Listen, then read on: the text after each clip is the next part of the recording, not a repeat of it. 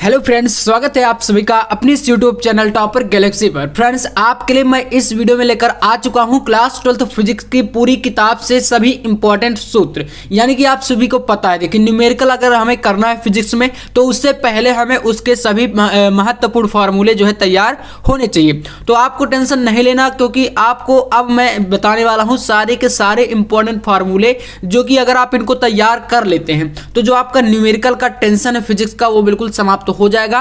तो इसलिए आपको इस वीडियो को पूरा देखना है और हर एक फार्मूले को आपको कहीं पर भी मतलब बुक में लिख लेना है, जिससे कि इनको तैयार कर लेना है 1 से 2 दिन में। और आपका न्यूमेरिकल का जो तैयारी है ना, उसको मैं बहुत ही जल्द अच्छे तरीके से कराने वाला हूं। तो आपको बिल्कुल मतलब इस वीडियो को पूरा देखना है। चलिए शुरू करते हैं। सबसे पहले आपका फर्स्ट चैप्टर है वैद्युत आवेश तथा क्षेत्र। तो वैद्युत आवेश तथा क्षेत्र से देखिए यहाँ पर कौन कौन से इंपॉर्टेंट फार्मूले आपके बन रहे हैं। तो पहला आपका सूत्र है यहाँ पर कूलाम का नियम। देखिए कूलाम का नियम आपको आपने पढ़ा ही है।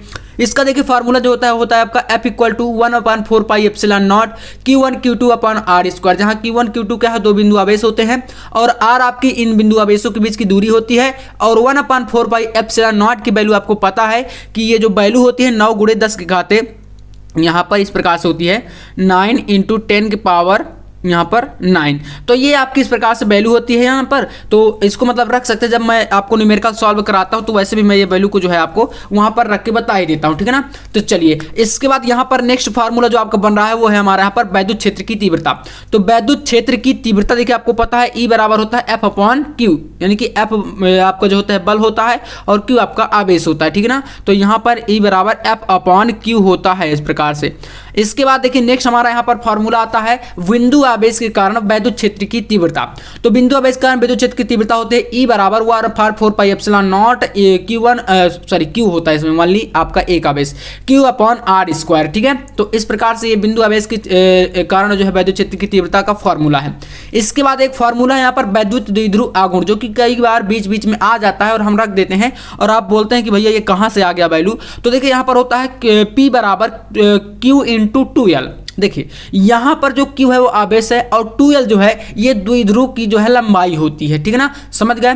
तो P आपका यहां पर वैद्युत द्विध्रुव आघूर्ण है, तो ये P बराबर Q × 2L लिख सकते हैं या 2QL लिख सकते हैं, ठीक है, एक ही बात है। इसके बाद आता है आपका यहां पर वैद्युत द्विध्रुव की अक्षीय स्थिति में तीव्रता, जो कि मैंने इसका पूरा डेरिवेशन आपको जब 10 इंपॉर्टेंट डेरिवेशन बताए हैं एक वीडियो में, तो वहां पर मैंने इसका पूरा डेरिवेशन कराया है, जो कि होता है E = 1/4 pi epsilon not 2P/R³, ठीक है ना। तो ये आपका द्विध्रुव की जो है अक्षीय स्थिति में है तीव्रता। अब बात करें निरक्षीय स्थिति की, क्योंकि यहाँ पर 2 प्रकार से होता है, एक अक्षीय और एक निरक्षीय। तो निरक्षीय स्थिति में देख सकते हैं E = 1/4 pi epsilon not P/R³, ये निरक्षीय स्थिति का होता है। चलिए नेक्स्ट देखते हैं। तो यहाँ पर अगला है आपका, देखिए यहाँ पर जो है द्विध्रुव पर लगने वाला बल आघूर्ण, ठीक है ना। तो ये होता है टाउ बराबर PE sin थीटा। क्या होता है? टाउ बराबर PE sin थीटा किसके लिए होता है? बल युग्म आघूर्ण का जब व्यंजक निकालेंगे। तो ये आपको सूत्र याद कर लेना है, काफी इंपॉर्टेंट है, ठीक है ना। मैं सारे के सारे चैप्टर वाइज लिखा हूँ। गॉस की प्रमेय आपको पता है, फाई E बराबर होता है Q/ε0, ठीक है ना। ये हो गया, बंद पृष्ठ के लिए लागू होती है। इसके बाद आपका आता है आवेशित चालक प्लेट के ठीक बाहर वैद्युत क्षेत्र की तीव्रता। तो ये देखिए यहाँ पर चालक के बाहर अगर बात कर रहा है तो यहाँ पर आपका E बराबर हो जाता है σ/ε0। सिग्मा जो है होता है ये क्या है? पृष्ठ आवेश घनत्व तो है, आपको पता है। और ε0 क्या होता है? निर्वात की वैद्युतशीलता है। तो इस प्रकार से ये आपका हो जाएगा। नेक्स्ट देखिए आपका दूसरा चैप्टर, फर्स्ट आपका कंप्लीट है, दूसरा है वैद्युत विभव तथा धारिता। तो वैद्युत विभव तथा धारिता में पहला आपका बन रहा है वैद्युत विभव। वैद्युत विभव V = होता है W/Q0। W क्या है? कार्य है और Q0 परीक्षण आवेश होता है। मतलब किसी भी क्षेत्रफल में जब आप कोई परीक्षण आवेश को एक बिंदु से अनंत तक ले जाने में जब कोई कार्य करना पड़ता है तो वहां पर आपका वो वैद्युत विभव कहलाता है, जो कि हमने जो है इसकी परिभाषा में पढ़ा था। तो ये हो गया हमारा। इसके बाद आता है बिंदु आवेश के कारण विभव। बिंदु आवेश कारण विभव कितना होता है इसका फार्मूला। तो यहाँ पर है दोस्तों V = 1/4 pi epsilon not Q/R, ये होता है बिंदु आवेश कारण। इसके बाद यहाँ पर है द्विध्रुव के कारण अक्षीय स्थिति में विभव। अब अक्षीय स्थिति में विभव के लिए यहाँ पर आपका तीव्रता नहीं है, विभव है, ठीक है ना। तो ये अक्षीय स्थिति में जो विभव होता है V = 1/4 pi epsilon not P/R²। अगर बात करें निरक्षीय स्थिति में तो आपको बोल देना भैया कि निरक्षीय स्थिति में जो विभव होता है वो हमारा 0 होता है, ठीक है ना। इसका डेरिवेशन भी हम करेंगे। तो यहाँ पर इस प्रकार से इतने फार्मूले हो चुके हैं। बढ़ते हैं नेक्स्ट अपने अगले फार्मूले पर। तो देखिए नेक्स्ट हमारा अगला चैप्टर है वैद्युत धारा। वैद्युत धारा चैप्टर से आपको कौन कौन से फार्मूले तैयार करने हैं तो देख सकते हैं। धारा घनत्व तो अनुगमन वेग में संबंध, इसका फुल डेरिवेशन मैं आपको कराया हूं। तो धारा घनत्व तो जो होता है वो J बराबर I/A, ये फार्मूला है। अगर संबंध की बात करें अनुगमन वेग में संबंध, तो यहाँ पर J बराबर होता है NE/VD, ठीक है ना, जहां VD आपका अनुगमन वेग होता है। तो ये फार्मूला काफी महत्वपूर्ण है। इसके बाद है गतिशीलता, तो यहाँ गतिशीलता यानी कि म्यू बराबर होता है VD/E, ठीक है ना। तो VD आपको पता है अनुगमन वेग, और ये आपका क्या है, ये होता है विद्युत क्षेत्र की तीव्रता। इसके बाद आता है आपका विशिष्ट चालकता तथा धारा घनत्व में संबंध, तो ये होता है J बराबर सिग्मा इंटू E, ठीक है ना। तो यहाँ पर आपका सिग्मा जो है वह क्या है, विशिष्ट चालकता है। तो ये एक फार्मूला है, छोटे छोटे सूत्र है, सभी को आपको तैयार करना है, ठीक है ना। इसके बाद वैद्युत धारा, वैद्युत धारा Q बराबर होता है I बराबर Q/T, या इसी को आप लिख सकते हैं I बराबर Q की जगह पर क्या होता है NE, जो कि क्वांटमीकरण सिद्धांत से आता है।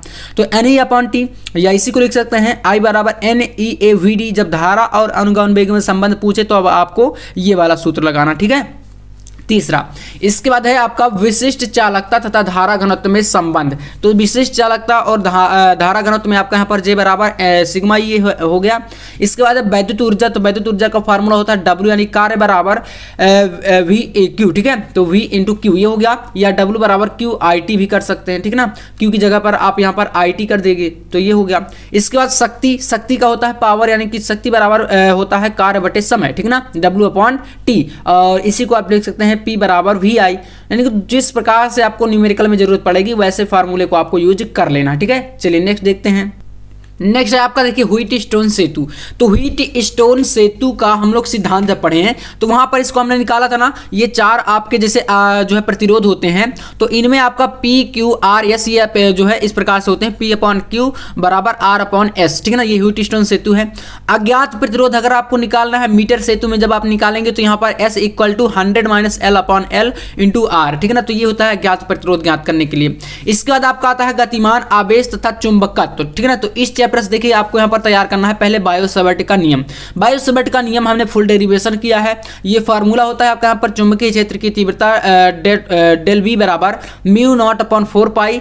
तो यहाँ पर आप ध्यान देंगे जो μ0/4π का वैल्यू होता है, जैसे न्यूमेरिकल में आपको दिया जाए तो वहां पर क्या रखना है, आपको 10 की पावर रख देना है 7, ठीक है ना, 10 की पावर 7। ये आपका μ0/4π का वैल्यू होता है, 10 की पावर -7 होता है, ठीक है ना। तो इस प्रकार से, और ये हो गया आपका पूरा इसका जो है सूत्र। इसके बाद आता है ε0 तथा μ0 में संबंध। तो ये प्रकाश की चाल के बराबर होता है, आपको पता है। तो C बराबर 1/√μ0 × ε0, ये हो गया। इसके बाद आता है वृत्ताकार धारावाही लूप के केंद्र पर उत्पन्न चुंबकीय क्षेत्र। तो यहाँ पर ये होता है B बराबर μ0I/2R, ठीक है ना। ये होता है किसके लिए, वृत्ताकार धारावाही लूप के केंद्र पर उत्पन्न चुंबकीय क्षेत्र के लिए सूत्र। इसके बाद है गतिमान आवेश पर लगने वाला बल।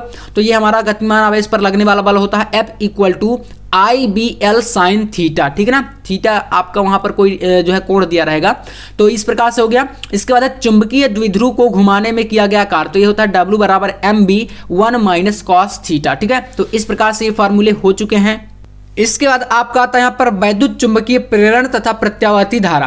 तो यहाँ पर वैद्युत प्रेरित वैद्युत वाहक बल जो कि होता है E, यहाँ पर समानुपाती जो है नियतांक। और अब जब इसको आप हटाते हैं तो यहाँ पर आप जो है फेरों की संख्या जैसे n होती है तो यहाँ पर आप n जोड़ देते हैं।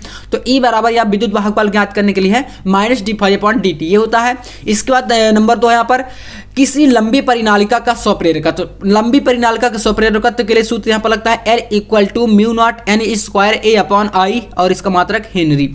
इसके बाद समतल वृत्ताकार कुंडली का स्वप्रेरकत्व तो यहाँ पर होता है L = μ0 πn²R/2, ठीक है ना। ये भी हेनरी इसका मात्रक है, स्वप्रेरकत्व है। इसके बाद यहाँ पर किसी कुंडली में संचित स्थितिज ऊर्जा। तो ये होता है U = 1/2 LI0², ठीक है ना। तो ये आपका I0 क्या है, ये होता है धारा का शिखर मान, ठीक है, समझ गए ना। चलिए इसके बाद है दो समतल कुंडलियों के बीच अन्योन्य प्रेरकत्व। तो ये होता है M = μ0/2 और यहाँ पर है πr2² R1 × N2, ठीक है ना। N1 N2 क्या है, फेरों की संख्याएं हैं अलग अलग कुंडलियों में। तो ये हो गया। अब इसके बाद यहाँ पर है कि प्रत्यावर्ती धारा का वर्ग माध्य मूलमान, इसको आपको याद कर लेना है। ये काफी महत्वपूर्ण फार्मूला है। IRMS = I0/√2, ठीक है ना। और इसी के वैल्यू होते हैं 0.770707 I0, ठीक है ना, जहाँ I0 क्या है, धारा का शिखर मान होता है, ठीक है। और इस प्रकार से हो गया ये वर्ग माध्य मूलमान के लिए फार्मूला। इसके बाद है आरसी परिपथ की प्रतिबाधा, तो Z बराबर V अपॉन आई, या इसी को आप under root r square plus x l square, ठीक है। तो ये आरसी परिपथ के लिए होता है। अगर एलसीआर परिपथ की बात करें तो एलसीआर परिपथ की प्रतिबाधा यहाँ पर हो जाएगा Z equal to under root r square plus x l minus x c का होल ऑफ स्क्वायर, ठीक है ना। एलसीआर परिपथ काफी महत्वपूर्ण है ये। इसके बाद देखिए ट्रांसफार्मर के लिए सूत्र यहाँ पर परिणाम अनुपात में NS upon NP equal to ES upon EP equal to VS upon VP और equal to IP upon IS, जहाँ P और S क्या है, S आपका सेकेंडरी द्वितीय कुंडली है और P आपका प्राथमिक यानी प्राइमरी कुंडली है, ठीक है ना। तो इस प्रकार से ये फार्मूले आपके हो चुके हैं। अगला चैप्टर है देखिए आपके यहाँ पर वैद्युत चुंबकीय तरंगे।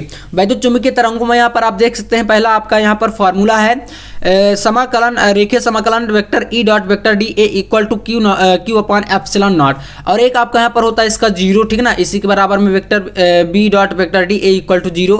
दूसरा यहाँ पर है vector E dot vector D L समाकलन में रेखीय समाकलन में इक्वल टू यहाँ पर होता है minus D five upon D T के। इसके बाद यहाँ पर एक फार्मूला इसी में होता है जब देखिए यहाँ पर रेखीय समाकलन है बंद पृष्ठ के लिए ना, और vector B dot vector D L equal to mu naught, यहाँ पर ये विस्थापन धारा इसमें आ गई, ठीक है ना, आई सी प्लस आई डी, ठीक है। तो ये आपका विद्युत चुंबकीय तरंगों चैप्टर से, ठीक है ना। तो यहाँ पर ये हो गया एक, ये मैंने बता ही दिया कि प्रकाश की चाल के बराबर होता है, ठीक है। अब आता है यहाँ पर प्रकाशिकी, जो कि काफी महत्वपूर्ण है आपका। प्रकाशिकी में देख सकते हैं किरण प्रकाशिकी एवं प्रकाशिकी यंत्र। इससे पहला फार्मूला है रेखीय आवर्धन का। रेखीय आवर्धन यम इक्वल टू होता है आई अपॉन ओ, ठीक है ना। आई मतलब इमेज और ओ मतलब ऑब्जेक्ट, ठीक है। या इसी को आप इक्वल टू कर सकते हैं माइनस भी अपॉन यू, ठीक है। यह आपका वस्तु की दूरी और प्रतिबिंब की दूरी हो गई, ठीक है। इसके बाद यहाँ पर लेंस अपवर्तन सूत्र ये होता है 1 upon F equal to minus N minus 1, यहाँ पर होता है ब्रैकेट में 1 upon R1 minus 1 upon R2, ठीक है। तो ये लेंस अपवर्तन सूत्र है। वर्ण विक्षेपण क्षमता के लिए होता है omega equal to theta upon del Y, यानी कि डेल वाई क्या है ये मतलब पीले कलर के लिए होता है, ठीक है, वाई। तो पीले कलर का यहाँ पर अपवर्तन विक्षेपण होता है ये, इसी का इक्वल में होता है डेल वी माइनस, वी मतलब वायलेट बैगनी, है ना, माइनस डेल आर मतलब लाल रंग के लिए, इक्वल बटे में होता है यहाँ पर डेल वाई, ठीक है। या इसी को आप लिख सकते हैं N V minus N R equal to N Y minus N one, ठीक है ना। तो ये हो गया।